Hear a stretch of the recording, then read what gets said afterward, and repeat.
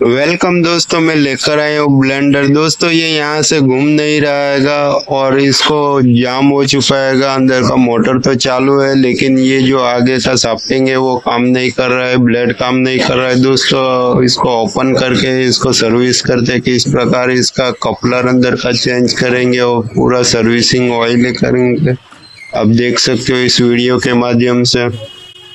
दोस्तों सबसे पहले आगे का शाफ्टिंग घुमाते हैं, बहुत जाम है, ये घूम नहीं रहा हैगा। तो आइए दोस्तों इसको बॉडी ओपन करके ही पूरा इस शाफ्टिंग को खोल के इसमें किस प्रकार सर्विस करते हैं। सबसे पहले दोस्तों यहाँ नट बोल्ट आते हैं ऊपर के हिस्से में, उसके ऊपर दो कवर आते हैं, उस कवर को बाहर निकालेंगे। फिर अंदर जो स्क्रू होता है स्क्रू को खोलेंगे।